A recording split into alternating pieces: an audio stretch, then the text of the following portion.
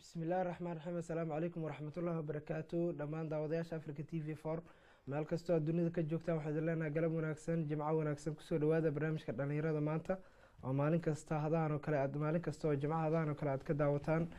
tv-ga africa t v for barnaamijkan dhalinyarada maanta waxaan uga hadli doonaa amaan kusoo qaadan doonaa nashiidooyinka waxaana marti igu ah barnaamijkayga cabdisataar maxamed cismaan axmed cismaan oo ah arday kamid a ardada soomaaliyeed ee dalka suudaan wax ka barta kuna luuqeeya nashiidooyinka hadday noqon lahayd nashiidooyinka afka soomaaliga iyo afka carabiga ah cabdisataar kusoo dhawaada barnaamijka dhalinyarada maanta iyo t v-ga africa. aad baa umahadsan tahay saaxiib. horta marka hore waxaan salaamaa saaxiibkayga maxamuud cabdilcasiis iyo bahda yani tv-ga africa iyo yani soomaalida daawanayso yani waa fursad aad iyo qaali u ah يعني ويوم يعني aad u weyn marka insha Allah waxaan rajeynaa in badan inaan kala faa'iideysan doono Soomaalida iyo fahamka in anshiida xagga ay ka aaminsan yihiin Soomaalida maxaa yeelay barnaamijka qaabka uu kala baxsan yahay waxay tahay anshiida islaamiga iyo anshiida fanka caadiga dadka way kala baxay laayihiin maxaa yeelay waxa arkay bacd al-siiq muusiga ku jiraan يعني organ ku jiro waxay umaleynayaan wax walba Soomaalida hadii maqlaan organ ama muusiga meel ku jiro inuu yani hees ay yihiin qaab ka duwan yani siiqada ka duwan fa insha Allah wax badan waan kala faa'iideysan doonaa. waa maasan tahay daawadayaal cabdisataar maanta waxaan rajeynayaa in wax badan uu noo faa'iideeyo oo ku saabsan nashiidooyinka cabdisataar haddii aan barnaamijkeena toos u guda galno su-aasheeda ugu horeysa waxay noqonaysaa goormaad soo bilowday ama goormaad ku fikirtay inaad nashiido qaado goobteedna ka bilowday markaas halkee joogtay? wallahi awalan yani alxamdulilah waqtiga bilaabay horta waxay ahayd zaman aad iyo aad yani u fog طبعا وانا aad baan u yaraa yani cumrigayga waxaan umaleynaa yani 10 sano iyo yani 8 sano meelahaas inuu u dhaxeeyay waqtigaasina waxaa ahaa طبعا ardayda kusoo kortaa ahay college-ka طبعا ابو inta aniga yar waqti hore marka ardayda college-ka kusoo kortay طبعا markaasna yani xagga faniyaadka thaqaafaadka carabta badanaa way soo gaari jirtay waxaana ka faa'iideysan jirnay mar walba anashiida carabiga يعني Soomaalida inuu ogtahay anashiid qaabka ku qaadaan Soomaali badna طبعا waxay fahamsiin يعني shabaabka tisciinaadka dhashay inta ka dambeysay anashiidada qaabka ku qaadaan kulli waxay u badan tahay carabi bas يعني xagga Soomaaliga hore si fiican uma arkin laakiin Soomaalidu way leedahay in badan anashiida Soomaali iyo carabi way leedahay marka waqtiga bilaabay طبعا waxay ahayd 10 sano meelaas aan jiray waa zaman يعني taabuurada waqtiga iskuuladka fursad marka la siiyay college-kan oo dhiganayo طبعا وشودي ugu horeysay waxay ahayd shuudi ka hadlayso yani insaanka yani muslimiinta inay iloobeen diintooda inay iloobeen hadafkii nabiga sallallahu alayhi wasallam oo lahaa dacwada inuu gaarsiiyo inay iloobeen balligh anni ya abata anni abghi wajha Allah in arda al-kuffar unas famuradi an yarda Allah hadhihi kullu aan al-khususiyya waxay ahayd yani caam inay ka hadlayso niyadaada iyo qalbigaaga waxaan ilaahay inaa ku xiriirsid marka taas ay طبعا shuudi ugu horeysay aqaado balligh anni iyo طبعا waxaa jirtay waqti marka college-ka ka soo baxo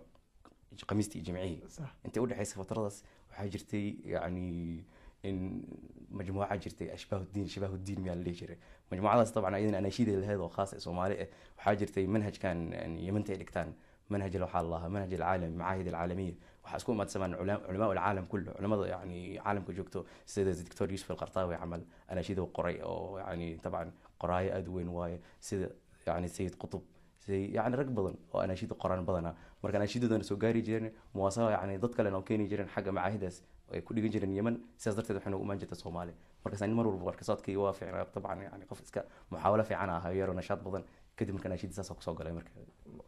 ma sha Allah markaas wadanka Soomaaliya joogtay طبعا muqdishaan jooga markaas sax marka qof da'daas yar ku bilaabay nashiido weliba qaaday nashiido ama fan aan afkiisa ahayn oo Soomaalida luqadooda waa afka Soomaaliga inkastoo afka carabiga uu yahay afka labaad ee Soomaaliya markii loo eego dastuurka Soomaaliya marka ma jiraan wax dhibaatooyin oo markaa kusoo wajahay oo ka soo wajahay bilaabistaas cusub ama barnaamijkaas cusub ee aad u dhaqaaqday? wallahi horta qofka markuu yar yahay يعني فكرك أضيق يدبك ما درهمي كره لكن مركو وينادو وحر يعني فكر كيسو وينادو قف وحنا قضوا وحفهمي كره مركو نقض كدي وأوجان كره يعني برامج كأنا شيد مواصلات كيسو هوري بداية وكسب بالله قاب كوكو ذي يعني قاب يعني صعوبة طبعا Soomaalida ma lahan hadda thaqaafaadka carabiga tuyuurul janna marka laga hadlayo barnaamijkooda waxay ahaayeen arday yar yar waxay ka hadlayeen fikir islaami ummadda qaabkay u bixi lahayn wadanka wuxuu leeyahay kheyraadkuu leeyahay sidii fanka caadiga heesaha qaabka loo qaadayo ilmaha waxaa loogu tarbiyaya carabta xaggooda sidii waxaa ugu fiican hadda dadkan tuyuur janna kasoo jeeda badanaa falastiin ka imaado oo ilmo yar yar ashbaah ah waxayna ka hadlaan mar walbo yani thaqaafaadka wadanka uu leeyahay fahamka wadanka kheyraadkiisa soomaalida badanaa marka way ka maqneed waxaasoo cid u sameynaysa masalan lahayn yani waqtigii hore dadkii hore waa way kala go-een marka waxaa imaan jiray anaashiid kaloo yani banaanka noogu imaado fikir kale ka hadlaysa sidaas darteed marka fikir islaami saasaan ku qaadi jirnay marka sucubaadka aan kasoo maray waxaa ka tirsaneed awalan dabcan college aan iska dhiga jiray oo zamanka yani waqti waa xifdi qur'aan waa waqti madaarista aan galeyno waqti yani zaman dayiqe marka kastaas waxaan sameyn jiray khamiistii jimcii markaan soo baxo waxaan sameyn jiray anaashiid inaan soo xifdiyo markaa imaado gudaha aan soo galo college aan ku xaroodo maxaa yeelay khamiistii saa jimcii aan soo xaroon ilaa maalinta khamiistii kale markaas waxaa kuleejka ku jirnaa yani hooyo arkeenin walaala arkeenin yani walaala waxa ku eragay kula joogo yani axlaa walaala ayagaa ku filanba marka sidaas darteeda waxay ahayd insha allah haddaan iloobin yani sucuubadaas ugu horeysa waxay xifdinta banaanka aan kusoo xifdinayo bas inta kale waxay iska saahilay maxaa yeelay dadka qaar waxaa jirto qaabka siiqa iyo wax ku xifdinayaan u kala fudud qof waxaa jiro ashcaarta caadiga marka la aqrinayo سيد سيدي يا رسول الله يا سيد العقلاء يا خير الورى يا من أتيت إلى الحياة مبشرة يعني قاب شعرك وحفظين كرا ضدك قارن وحيك وحفظين قاب سمع يعني الصوت مركب بحاجة على إن دقيستو يعني عجلتها يعني أنا شيء دي بدك إمامان سهلودي يعني على قفص صيغ قابك أصعد ولا نوير waqtigaas saas ku bilaabay marka dhibaatada ugu badan waxay ahayd maadaama aadan gudaha ku haysanin cajaladaha ku dhageysato banaanka intaad jirto markaas ka faa'iideysan inta banaanka jiro maxaa yeelay gudaha anaga waa yarnahay taani xaajo ma jiro yani rikoran uu yaalo ama lacag ku soo iibsano badan zamankaas yani zaman wax iska ahayd iska sucuubay anaga kula jaan marka labadaas maalin banaanka aan tagayo waxaan sameyn jiray nashiidaas oo dhageysana inta fahmi karaan soo fahmaa waa imaana kula korka imaado sida yani sahlan markaad soo dhageysato nashiidooyinkaas oo aad gudaha imaato oo ardada hortooda aad ka jeediso oo dadka ay si fiican ugu raaxaystaan nashiidooyinkaada maxaa dareemi jirta wallahi aslan yani waqtigaas markaa yartahay qof mar walba ku farxa ama ku sacbiyo waxaa dareema yani farxad oo yartaa qofka iska yaryaa waqti aad buu dareema farxad aad u weyn oo yani in waxaan tashjiicin ee kusii gelinayso hore usii wado xataa waxaa jirtay waqtiyada markaa banaanka soo baxo waxaa jirta soomaalida dabcan waxaa la qaban jiray masaajidaha waxa lagu qaban jiray xaflado oo marmar yani mawlid iyo xaflado kala nooc adag kala duwan marka waxaa sameyn jiray aniga dabcan iska yaraa mugtahay yani afkaarteeda waxay tahay bas waxaa wado ama waxaa xifdiyey inaan gudbiyo dadka si ay u maqlaan bas muhiimadeeda tahay marka dabcan college markaa ku jiro طلع البدر علينا من ثنيات الوداع iyadoo صوت aan ka qaadan jirnay yani wixii la soo siiyo iska soo qaadan jirnay yani zaman waxa iska ahayd adi fatra iska maftuuxa yani laga sheekeyn karin mashaakilka iyo wax ku soo maray waqtigaas ku soo maray laga sheekeyn karin laakiin dabcan waxa ahayd yani fatra aad u muhiimsan oo thaqaafaad islaami aan ku soconay sax waa maasanta marka u soo gudubno dhanka afka Soomaaliga Soomaalida aad bay ugu yartahay nashiidooyin yani afka Soomaali loo qaaday way jiraan dad af carabiga ama nashiidooyinka carabiga yimaado ku luuqeeyo laakiin in qofka uu sameeyo nashiido Soomaali ah oo afka Soomaaliga erayada Soomaalida aad ay u yartahay marka adiga maanta ma leedahay nashiidooyin Soomaali ama afka Soomaaliga hooyo aad ku qaad wallahi horta waxaan laga maarmaan ahayn marba hada shaqadii carabiga amil aasartay yani wax cun ka soo qaaday فلا بد يعني تهدي اللغة هو laga maarmaan يعني waxa ka ogtahay وإلا hadii kale meesha waxay noqonaysaa thaqaafada daran in hal meel ay u baxdo thaqaafada ummadii waxa u gudbin lahayd aragti inay wax u fahmin inay fahmi karin carabiga fahmi karin Soomaaliga inay u baahan yihiin طبعا ustaad waxa jira ustaad Bashiir Farabadan Allah haayo nin waa luqada Soomaaliga dhigi jiray oo haayo waa ustaad yani xagga xarakaadka dacwiga si fiican ugu shaqeeyo oo haayo anaashid badan Soomaali oo sameyn jiray kadibna anaashidaas wuxuu gudbin jiray dhalinyarta yaryar si uu faa'iideystaan asaga qoraayo ahay anagana waxa ay dadkii qaab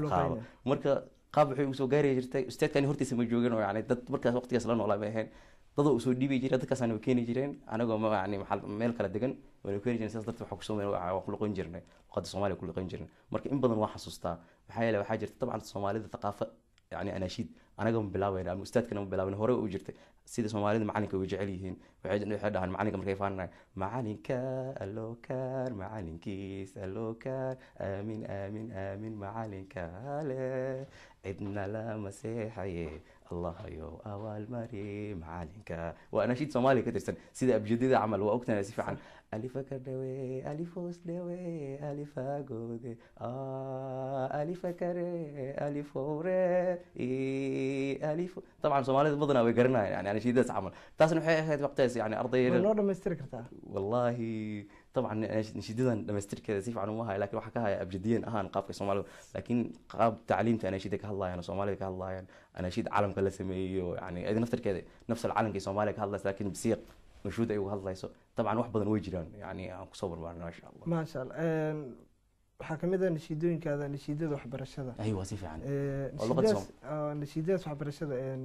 qaabkay ku timid ama maxaa markaad alifiisay ku soo wallahi waxaan ugu soo gaartay ustaadka ku sheegay alifeen nishidada naftarkeeda tacliinta ku sheegay waxay ka hadlaysay yani qofka inuu isku qabto tacliintaasi iyo rafaadka uu ka marayo iyo muhiimadda leedahay bari marka horumar gaaro bari horumarku gaaro ummadiisa sidoo horumarsan lahayd qaabkay ka hadlayso xataa waxay ka hadlayeen nishidada tacliinta iyadoo ka hadlaysa waxay soo wasgalay hooyo faa'iidadeeda qaabkay kugu soo barbaarisay tacliintaada qaabkay aga fikri jirtay sidaas darteed marka waxay ku qabanay hooyo salaada iyo tacliintii yani ma kala maarmaan waa in isku xiran marka saasay ka hadlaysay dabcan yani waxay ka hadlaysay yani ardayda Soomaaliyeed sidii ku fahmi lahaayeen anashiida inay jirto Soomaali luqad Soomaali aydan inay jirto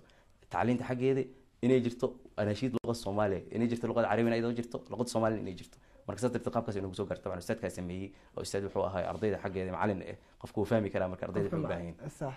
وما ستay marka ka codsanaa in shida anagu luqayso yani tacliinta tacliinta تعليم بان دلبانا يو أقوم بان دونا يا دبجرني من ديدا يو ددال بان قالها يا صلاة دوا ذا هويوي حقيقة سودا يو مدو دو دو مداشي دعانك دونا يا دعالا ولا الكيو دعضاضا كتيري ريركا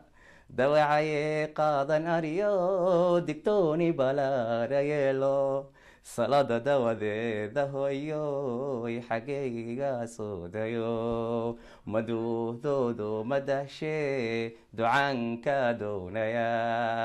تعليم بان دلبانا يو أقوم بان دونايا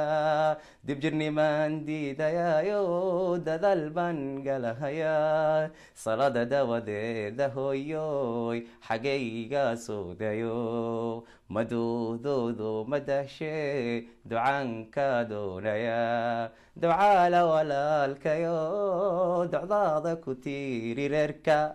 دواعي قاضن أريو دكتوني بلا ريلو صلاة دوا ذي دهويو حقيقة سودايو مدو دو دو مدهشي دعانك دونايا مركان دي بالوني قاطو دكتور وين النقضو ديارة كساري دونا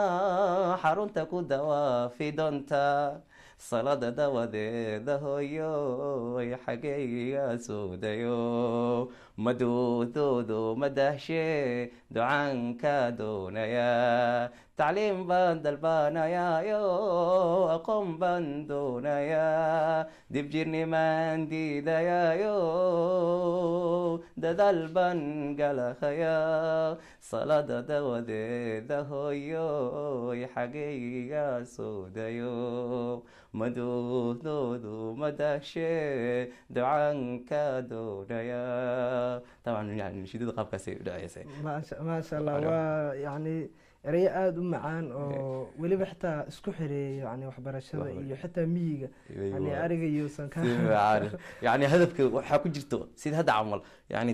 marka dibloma qaato doctor weyn aan noqdo yani wuxuu kugu xiray hadafka waxbarashada ee leedahay in rajo ay tahay rajo fog yani xataa ummadaada iyo hooyada reerkii wax dhan aad horumarin kartid yani la ajli tacliintaas darteeda marka waxa dhahay markaan dibloma qaato doctor weyn aan noqdo diyaarad ku saari doona xarunta ku dawaafi doonta hadii hooyada yani xarunta ay geysid yani xarunta waxa laga wadaa tabcan kacbada xajkiina ku geeyo يعني كلها waxay noqonaysaa qofka inuu wax barto يعني waliba meesha marka waxa ka muuqata thaqaafada Soomaalida ee islaamiga qof kasta oo Soomaali maanta dadka Soomaaliyeed nin kasta wuxuu ku fikiraa markuu wax helo waalidkiisa uu xajka bas marka in waalidka xitaa xajka أكيد يعني waalidkayga soo barbaariyeen lagama maarmo mar walba in lagu xiro wax walba يعني wax laga maarmo insha Allah marka waa nasiida aad u wanaagsan oo yani dad badan oo Soomaaliyeed ay maanta aad ugu raaxaysan doonaan marka haddii aan kusii socono barnaamijkeena Cabdistaar dadka marka waxaa laga yaabaa marka qaar inay kala saari waayaan farqiga u dhaxeeya heesaha iyo nasiidooyinka wallahi horta Soomaalida marka qofka maqlaan yani ninkan fanaan waay طبعا fanaan waxa uu qanqanaa Soomaali ahaan yani wax kharij qofka ka baxsan yani islaami iyo barnaamij ahaan laakiin fanka xageeda waxa laga hadlaa fan waa wax qurxin yani wax la qurxiyo صوت تصوير كان نقضه بس فن الخطاط قاب كذا عرفتي استعمال فن الخطاط فن يعني wax la qurxiyo wax la qurxiyo sidaas darteed marka qofka markay fanaan la maqlo qofka waxay noqonaa Soomaali oo qof yahay Soomaali waxa mana qof heesaa qof heesaa oo yani waa sax heesaa marka la qofku waa heesaa laakiin muxuu ku yahay heesaa yani wuxuu kala baxaan bas aadaabta يعني اسلوب ثقافه لو كل adeegsado waxa laga yaabaa ninkan inuu ka hadlayo ninka kale heesaayo gabadha saan waa xaalkeeda saan waa yani khayr yani waxaan diin iyo faa'iido iyo hadda soo celinin umada inuu ka hadlayo laakiin xagga anaashida marka laga hadlayo waa nafs siyaq صوتكي qaabkii waa nafs الكلام laakiin bas wuxuu kala duwan yihiin bas kan wuxuu xambaarsan yahay هم الأمة ومدة قابك يعني لو دير قلنا لها دلنيرتي قابك يعني كفهم لها يعني إسلام كودي دين تدي كفهم لها يعني قابك ومدة وحبر شذي كفهم لها ومدة قابك وباهين ومدة إنا وباهن وح يعني نن أبحي ومر وبرنا أبحي Soomaalida طبعا هذا يعني وحكوا سقيا حالد يعني مركي دن كان أسعد فكر كلا كهور مارا دن كان كاس فكر كلا كهور مارا مرك طبعا وحكوا كل دومين بس سياق قابك حلو كل أذيك سدو يعني أريد قابك لو أذيك سدو حلاقي قف كان أريد إنه أذيك سنة أريد إسك جعلكي برنامجكي كله كهالله نكان لكن يعني حق قاب كان أناشيد أم قاب كذا وحلاقيها وقف إنه كهالله قاب إسلامي قف كان رقم كيس غير كيس أو علمي فإذا ليه النبي صلى الله عليه وسلم قابك وبني وضد قابك واضحي وحال حسن بن ثابت بن ثابت طب النبي صلى الله عليه وسلم يعني ودفاع جري محو دفاع جري فن يسوق دفاع جري ما واحد بمقاي معه مركب طبعا نفس الحوا سياق صوتكي ونفس الصوت لكن يحب كل دوين بس أدابته قابك أدابتي كل دوين بس طبعا واحد كل دوين مجرو وما ستا عبستار نشيد Soomaali ama afka Soomaaliga noo qaaday marka nashiid carabi ah sidoo kale hadii aad hayso والله نشيد عربي si fiican طبعا نشيد waxa jirta ka hadlayso qofka yani inuu ku xiro niyadiisa iyo qalbigiisa Ilaahay maxaa hadafka wujudkan adduunka u jirtin wax kale ma aha waa Ilaahay dartiisa inaan ku socono Ilaahay dartiisa ku socono yani wax walba u baahanahay maxaa Ilaahay jalla jalaaluhu wuxuu leeyahay qofka hadoor wax inuu weydiiyo qof وإذا سألك عبادي عني فإني قريب أجيب دعوة الداعي إذا دعا بس يعني طريق كلها سهل وحو بهانتا مجرد قفك لا أمريس وسيلك لا أمريس ليس إله إيتوب وقت كان يسمي والله مجرد قفك إله ودبي مركب طبعا قفك إنه كحره عماشي صودا هدف كي صودا رحمن كي نوجو الرحمن الدنيا والآخرة ورحيمهما إنوجو وحول مركب طبعا وش انت سكال لي ساجرته ورحماك يا رب العباد رجائي ورضاك قصدي فاستجب لي دعائي كحريص يعني قفك قلبي يسي دعائي يسي رحماك يا رب العباد رجائي ورضاك قصدي فاستجب لدعائي رحماك يا رب العباد رجائي ورضاك قصدي فاستجب لدعائي وحماك أبغي يا إلهي راجيا وحماك أبغي يا إلهي راجيا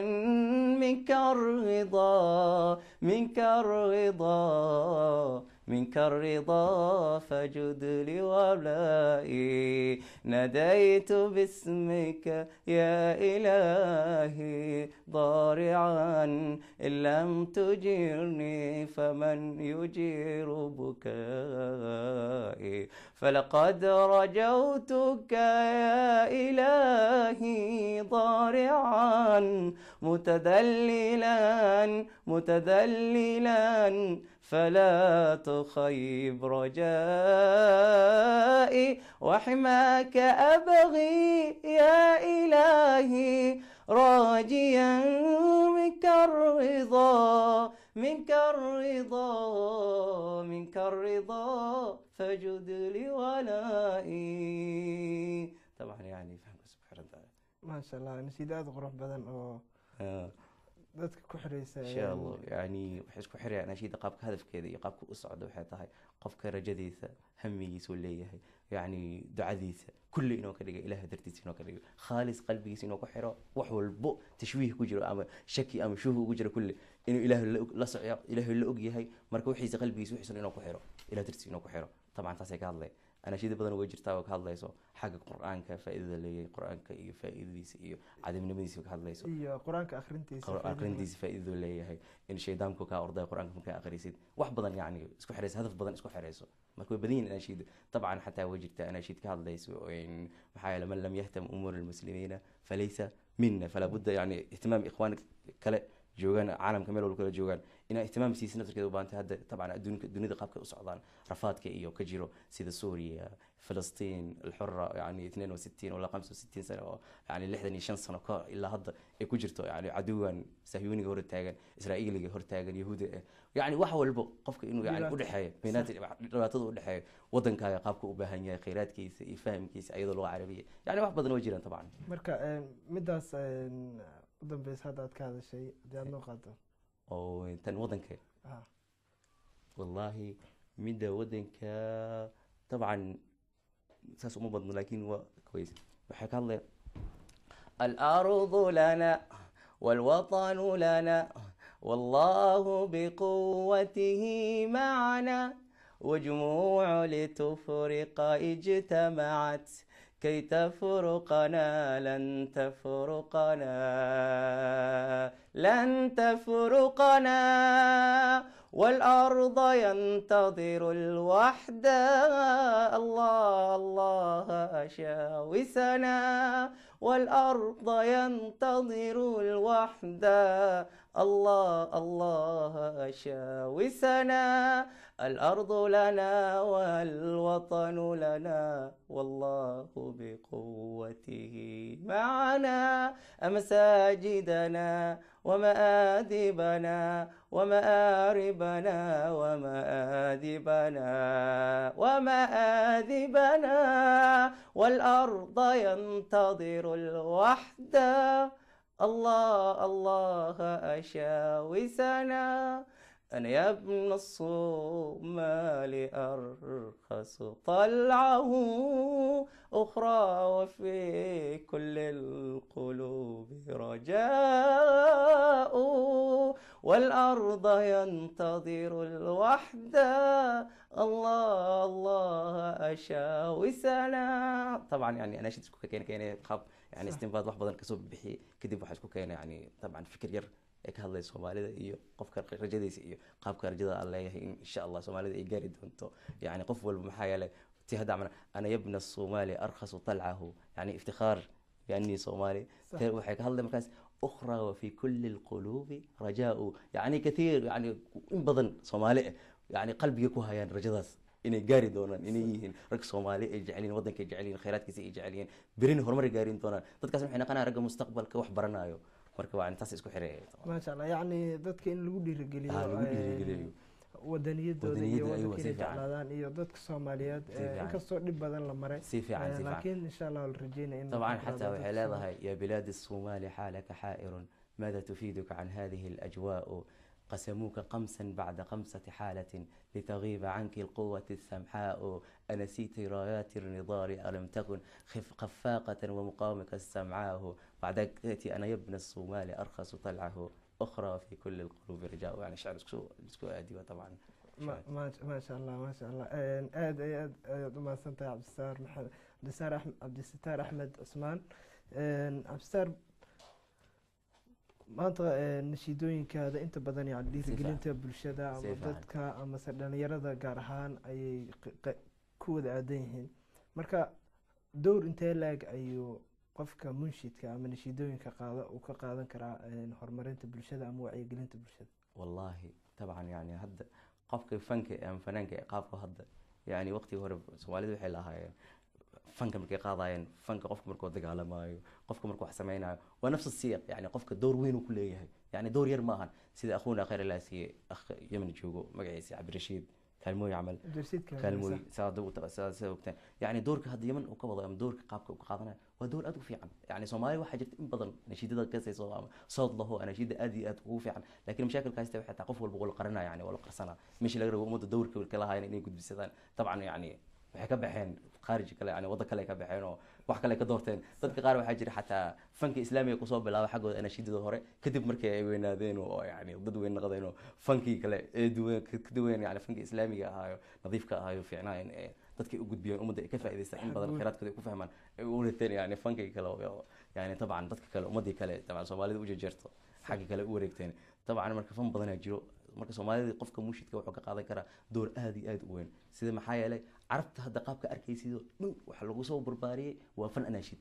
yani gabadha markay yartahay wiilka markuu yar yahay asagoo yar waxa la baraa qaabka yani umada khayrkiisa u baran lahaay soo leeyahay soodka laga faa'iideysanaa bas waqti hore Soomaalida taban way jirtay waqtigiisa siyaad bari qaabka ay jireen yani in xiriir ardayda la wada geliyo oo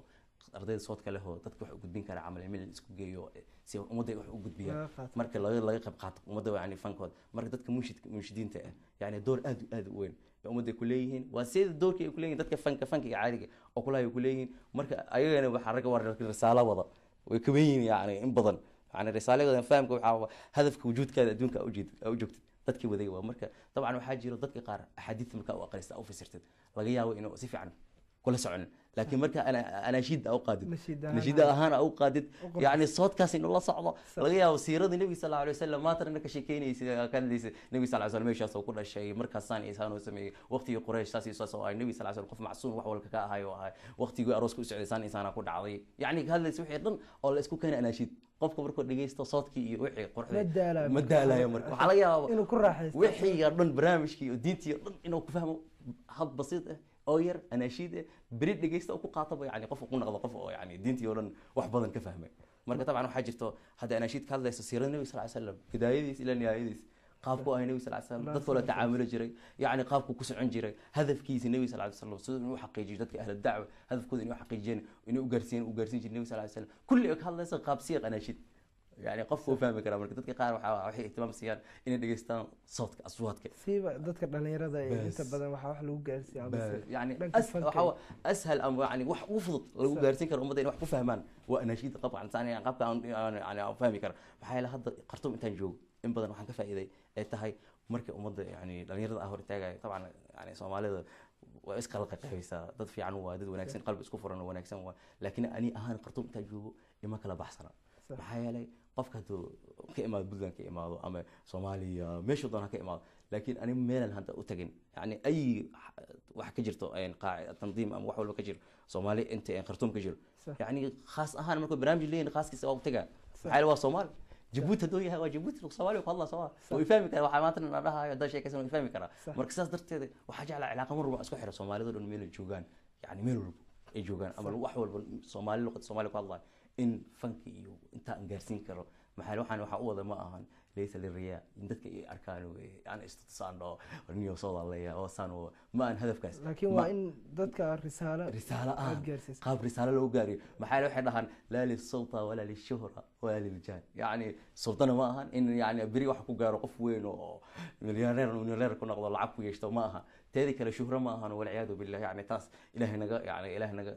خالص نجاي لو تاس وواحد يعني أدي قريب بدن تذكر بدن يعني فنك ولا الله ضد بدن تذكر حاجة كعب صدق يعني درت إنه يوقع بصدان رك بدن صوت جرح عليا وإنه تكعب صدان يعني شهرة وجدت لكن قف إنه عان نقضي قف إنه عان نقضي قف إنه واحد نقض قف يعني هرمر وحكو جاره لكن ما هدفك حتى هدفك وسيلة إنه كجار تعودس إنه قابك أفهم من ضدك قابك وسيلة أو سعت بس ما شاء وحكنا واجسي عبد الرشيد كان أيوة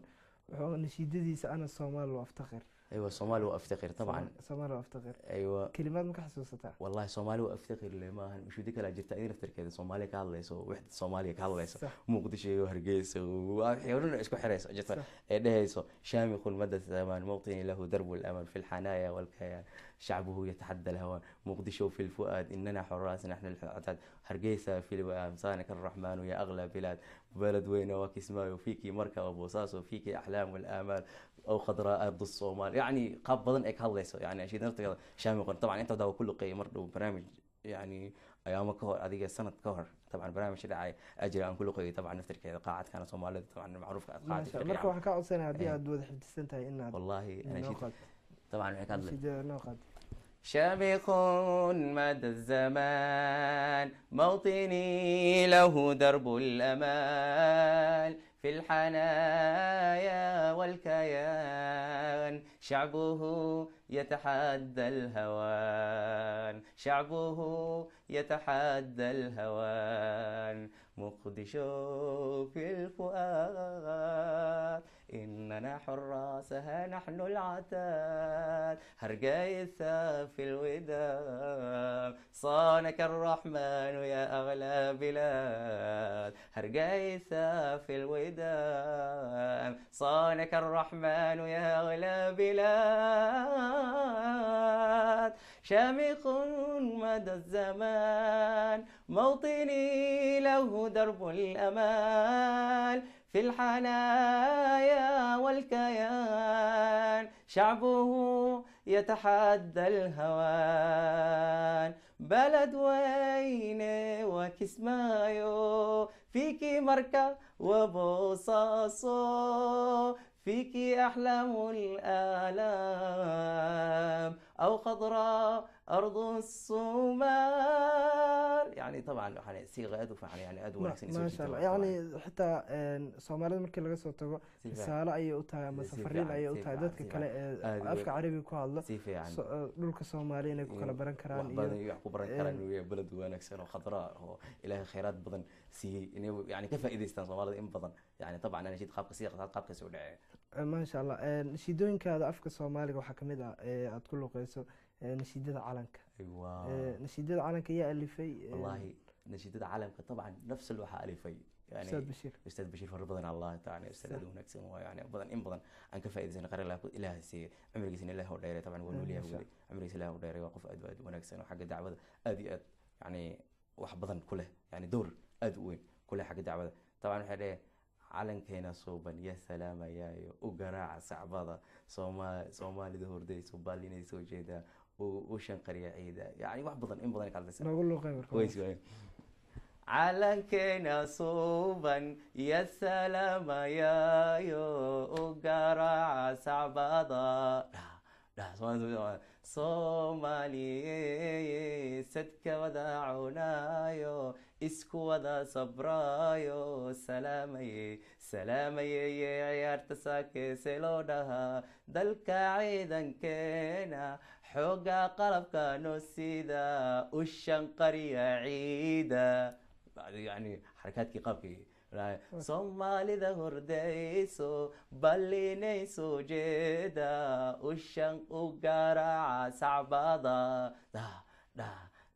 Soomaaliye sadka wada cunayo isku wada sabrayo salaamaye ciyaarta saakeese loo dhahaa dalka calankeena suuban ya salaamayayo u garaaca sacbada طبعا صيغه اساسيه ودنت طبعا يعني قابك وشددنا عمل marka qaadaysid qaab fardi ma ahan waxay u baahan tahay koox in loo qaado yani ay ku jabiya markii u garaaca sacbada marka la in marka dalka ciidankeena xooga qalabka noo sida u shanqariya ciida maxaa la ciidanka gacmo garaac mugti wuxuu baahan yahay in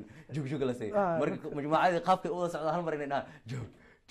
jog يعني قام وحواسيق ادو marka in koox lagu qaado ay u baahan tahay ugu fiican tahay yani meeshaasna waxa kaaga muuqata ayaan jeclahay hal qof inuusan inta badan wax qaban karin oo markasta dadka ay u baahan yihiin in badan Soomaalida in badan waxa ay la qofka فرد مركو ياه سوالف حدا فركلي فول ولا يعني يعني وفاهم ما هذا يعني marka la fiiriyo in badan waxa ka fahmayst maxaa la qofka kaligiisa markuu yahay waxa laga yaabaa ma islix yani dadka dhan mood hagaajin karo laakiin marka saaxiibo Allah lahay dad badan Allah lahay kugu xirano ku fahmi karo risaalada qaabka uu fahmi karo biri waxa laga yaabaa ahdaaftada dadka inay kala baxaan wadamo kala tagaan waa dhudi Soomaaliya meel kala joogaan helayno kadib sidii يعني waxay ku gaarsiiyaan risaalada iyo fahamkii islaamka ahaa ku صح gaarsiiyaan طبعا marka qaabkaas ay u dhaceen shidada طبعا waxay u baahan tahay majmuuca iyo dad badan ay u baahan tahay qaab la isku qaado siyaq wada socdo faham yani qaab wada socdo la isku wada jaan qaado qaab saas ku bixiyay marka طبعا صح يعني taas ما شاء الله oo يعني dhammaan يعني wadanka waxa uu u baahan yahay ciidankii ha noqoto ها maanta يعني dadka waddanka Soomaaliya waxa ka burburay qayb uu ka sidaa yahay ciidankii aywa ciidanka Soomaaliya hadduu soo hagaagana la rajeynaya in maxaa maxaa yeelay calanka marka la qaadayo calanka laabudda dowladdu ku xiran yahay صح صح dowladdii marka waa inaad dhamaystirtaa calankii inaad ka hadashaa soomaalida fahamkeeda iyo waxay leedahay inaad ka hadashaa waa inaadan ka tagin ciidanka maxaa yeelay ciidanka waa dadkii difaaci lahaa wadankii Soomaaliya dadkii difaaci lahaa صح waa important yani laabudda qofka inuu ciidan in la helo waa laabudda marka saas darteed calanka qaabka waxa lagu sii xiray sida hadda nashidada tacliimka ugu xirnay hooyadii iyo salaadii ugu xirnay hadan calanka waxay ugu xiran tahay dhulkii kheyraadkii Soomaalida lahaayeen iyo booliskii faa'iidadu leeyahay ama ciidanka faa'iidadu leeyahay qaabka kale yani dhiirgelin يعني حاجة waxay tahay dhanka booliska loo dhiirigelinayo yani طبعا ما شاء الله cabsitaar waxaa tahay nin arday oo maanta Suudaan wax ka dhigto si fiican waqtiga hadda Suudaan aad joogto oo waxbarasho aad ku jirto oo jaamacad aad dhigato iyo barnaamijka nashiidooyinka inaad sii wado wax dhibaatooyin kugu soo والله wajahana mise والله طبعا dhibaatooyin iska yaryar jiro maxaa yeelay dadka waxa ahay yani qoraalka iyo xifdinta qoraalku ma xifdiyo qoraalka dadka wax lagu xifdiyaa badana laakiin ani waxa sameecada laga yahay inaad gashto ana shida iska dhageysto yani waqtiga kastii rajaan iska ahay ama aan seexanayo ama kastii yani fatrada muxaadarooyinka inta fursad aan leeyahay laga yaabaa sameecada inaad dhigto gashto ama shida aan shito iska dhageysto mobilka aan wato marka sidaas darteed waxaan ku xifdinaa nashid طبعا يعني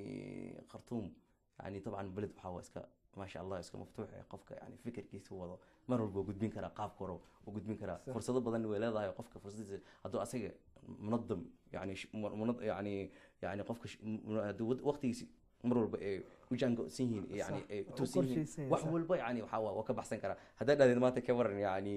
niyo jaamacadan dhigtaayo sidee qofka dacwo aan u gaarsiiyaa waxay door ay ku leedahay dacwada door akbar ku leedahay qaabka inuu gaarsiisto waa waqtiga ay ku xiran tahay waxa laga yaabaa maanta 5 yani 8 saac inuu wax iska leedahay faadi ata faaqa alla wax aan qabanin lahayn waxa laga yaabaa kasta sir ina fariisto waxa laga yaabaa qofka internet inuu iska fariisto maanta oo Facebook ku jiro hadal iyo caadi baashaalka sheekooyinka iska caadi iska jiro kasta sir waxa laga yaabaa nisfi saac Facebook nisfi saac kale ka faa'iideyso dadka u gudbi qaabka waxa ku faa'iidaan marka sidaas darteed waxa isku dayaa zamanka yar fursad aan helo inaad dhageysto anashida aad dhageysto qaabka umadiina aad soo gudbiyo طبعا anashidan waxaan sameeyaa yani laba anashid camal dhageysana labada anashid fikir afkar يعني isku xirxiran ajir afkarta ka soo bixina kan afkarta ka bixina waa isku keenaa kadib waxaan ka dhigaa fikir yani mutawaasil ah wada socdo marka anashid badan aan qaado qaar waxa jirto oo meel aan ka soo qaado anashid ka soo qaado aan isku daro sidii marka aan ka dhigo anashid caadi maxay la hadda qoraami iyo aan fariisto oo luqada carabiga anashid fiican in badan oo qoro يعني dad nafsan waxay u baahan tahay fursad badan oo jaamacad marka waqti aad ka naqatid faadi aad ka naqatid kadib aad fariistido in badan wax aad qortid marka taas idin warajeynaa in badan anashid badan in xaawilna inaan qorno oo umada soo gudbina insha Allah ayadoo Soomaaliya ayadoo Carabiga Soomaaliga طبعا يعني inta Suudaan aan joogno in badan fatro badan aan joognaa طبعا laga yaabo fatradaas in xataa luqada Soomaaliga qaabkan ku hadlaynay inay naga soo dhax gasho qaabka Carabiga eriyo badan Carabi inay soo gasho yani wallahi احنا كده wax badan inaad ka soo gashatay yani adoo Soomaaliga ku hadlayo marka in badan yani wayna saameysay saameyn yar ونوي على القدر عربي يعني قابك صومالي أنا كهذا اللي حتى مركا إن بدن صومالي لغة إن بدن تأكيد ويعني واحد أد أمي مسمى إن شاء الله أنا كنا حرجنا محاولة بدن الناس سمعنا صومالي إن بدن تيرد آثارنا سيد وفهم لها محاولة ذلك أوقاتني وصومالي وفهم لها إن بدن الله إن شاء الله يعني فرصة بدن إن كيف إذا شباب كصومالي أرضية صومالي دير صوبها يعني إن شاء الله أرضية وجعلنا هو همي نامي عرفنا مدينة وجينا إن شاء الله يعني تاس إن شاء الله وتاس بس waa mahadsantahay magaalada Khartoum inta badan barnaamijyada ka dhaca xafladaha Soomaaliya isugu yimaadaan qayb ayaad ka qaadataa oo nashiidooyinka aad u soo gudbisaa marka waqtiyadaas oo kale dadka sidee ku soo dhaweeyaan nashiidooyinkaada والله يعني طبعا Khartoum maalmaha hore طبعا jaamacadan Afriqiya dad badan ay kulmaysaa يعني طبعا waxa ahay dadka tartamada يعني ka qayb qaata xagga ahaan يعني Soomaalida طبعا Soomaaliga ninka Soomaaliga waa qalbi nadiif yahay markii barnaamij la isku imaado barnaamijkaas Soomaali ka tahay kulli waxa waxay ku yihiin dad yani muntamin yani ihtimaam ku siiyo ku taageersan oo kaale arag yani shaad ku siiyaan dabcan tartamadaas ka qayb qaadan jiray badanaa yacni markii aad dowlado kale la tartamayso Si fiican, si مثلا fiican. jaamacadda Afrika oo kale arday badan oo Si fiican, dowlado si kala fiican. duwan ka yimid si fiican marka qofka dadka Soomaalida waxyaabaha ay si fiican ku wanaagsan waxaa kamid ah markii qofka uu tartan kula jiro Si fiican, si dad fiican. kale si inay fiican wada garab istaagaan Si fiican. Sax. marka yani waqtigaas tartamada ka qayb gala jira hadda in badan yani inta qartum joogo waxaan ka qayb qaatay ugu yaraan tartamada ka qayb qaatay ilaa 8 tartam camal طبعا قول بدن waxaan ilaahay yani uu gaartay طبعا guusha gaaray ma ahayna dadkaas joogeen inaan ka fiicnaa laakiin yani in badan horumar badan yani oo xaggaas tartamada aan ka soo gaaray way jiraan marka Soomaalidu طبعا waqtigaas dhankaas ka soo galay awal marra qartum ay imaado horta waxaan joogay isbuuc Sax. isbuucaas aan joogay ilaahay ku ruuyo waxa ku soo aaday ciid al-adha ku soo aaday Sax. marka ciid al-adha marka ku soo aaday dadkan jaamacad Afriqiga waxay lahaayeen marka barnaamij ciid al-adha la qabto weyn oo طبعا saaxadii weyn lagu tukanayo salaadii lagu tukanayo barnaamij lagu qabtaa barnaamijka ay soo socdo marka isbuucaas marka imaaday طبعا ير Soomaali yani dhalinyarada Soomaaliya meesha is aragnay iyo dhalinyarada mushaarikiinta meesha mushaarikeynay anashida mushaarikeynay Afriqooyinka Ka qayb qaadanaysa. qayb qaadanay Sax. Afriqooyinka marka is aragnay marka xadhaaniyo maxaa wadin markaas ay dhaheen niyo adiga anashida sodka u fiican yahay anashida ka waran niyo waxaan dhahay anashid waan hayaayo idinka maxaa qaadi rabteen noo sheegay waxaan qaadi rabteen tansiiqa sameynay yani saas ku fahman tabaadul markaas ay dhaheen anashid waxaan qaadi rabnaa ciid ka hadlayso marka waxaan arkay iyaga anashid inay ciid ka hadlayo anashid yani fikir thaqaafi wax ka hadlayso markaas awal nashid waxay ahayd nin qaaday Samir al-Bushra nin ay dhahaan waa nin yani anashid adi asagana aad iyo aad ugu luqeeyo nashidii ahayd Soomaalida طبعا way ka taqabbal Allahu minna wa minkum ciid al-mubarak alayna wa alaykum yani awal marra anashid aqaado khartum ay waxay ahayd 2009 waxasta يعني 2011 شهر 11 اهد اول نشيد قاده waxay ahayd taqabbal Allahu minna wa minkum ciid mubarak alayna wa alaykum qaad waxa la wadanka waqtiisa ka imaaday farxadii iyo tii waxa isku qabtay nishidada adxa markaas sidaas darteed waxa uu istaagay طبعا dad ajaanib waa joog ma ahayn dad Soomaali ma ahayn bas yani Soomaaliya ku jirtay xataa Soomaalida qaar xataa way fahmi waa ninka anigan mardhow imaaday yahay yani mardhow imaaday ma qofna la joogi jiray maxaa la wajiga hore kuma badan awal marra soo istaagay iyo ana shidii ana qaada qadimay arkay sidaas darteed marka waxa ahayd ana awal nishida qaado taqabbal الله منا طبعا Soomaali badan meesha joogto is fahmanayo aad badan iyo taageero tashjiiciyo khayr la siiyo rag badan joogo markaas akhmid waxa ku jira Cabdullah in hadaba dhigto oo baxri dhigto iyo rag badan aad ku yani barnaamijka qafka ugu waa maasanta barnaamijka waqtiga aad noogu yar guntiga gabagabadii barnaamijka aan ku dhownahay fariintaada u dambayso dadka Soomaalida u gudbinaysa adoo soo kooban wallahi Soomaalida insha Allah waxaan u gudbinaa hadafkii ugu dambeeyay waxay tahay yani dhanka fanka anashida ama Soomaalida waxay u baahan tahay in badan yani in waxay leeyihiin khayraadka ay leeyihiin iyo ilaahay inta nicmo ay si inay ka faa'iideystaan in badan inay fahmaan adaga hadafkan nashidadunka u qaadanay wax kale ma ahano waxa rabnaa dhalinyarta hadda soo baxayso ama caruurta hadda soo baxayso sidii u fahmi lahayn wadankooda iyo khayraadkooda yani inay yihiin Soomaali dad islaam ah oo hadda islaam cusub loo keenay yani dad u baahan inay ahayn oo la rabaan mar walba maxay la fankiga wuxuu ku xisaabsan wuxuu ku qoran yani qaabka ku socdo xitaa siiq ictidaal yani qaab dadka intana u bixinin ummadda Soomaaliya waxay u baahan yihiin dad fikirka ka dhiso marka waxa waa insha Allah dadka badan aan fanka qaado iyo anashida qaado insha Allah waxa u gudbina risaale ah inay ka dhigaan yani anashidoodii iyo waxay dad waxay fahmi karaan dadka waxay qaadayaan inay fahmi karaan yani ahaanin yani luqad carabiga oo kaliya inay ahaanin yani luqad Soomaali waa la budda in laga maarmi karin lagu daro yani luqad Soomaali maxay la weelahayd fanka Soomaali yani waa maasantahay aad iyo aad ay u maasantahay Cabdisataar Axmed Cusmaan oo ah munshid Soomaaliyeed oo wax ka dhigta jaamacadaha dalka Suudaan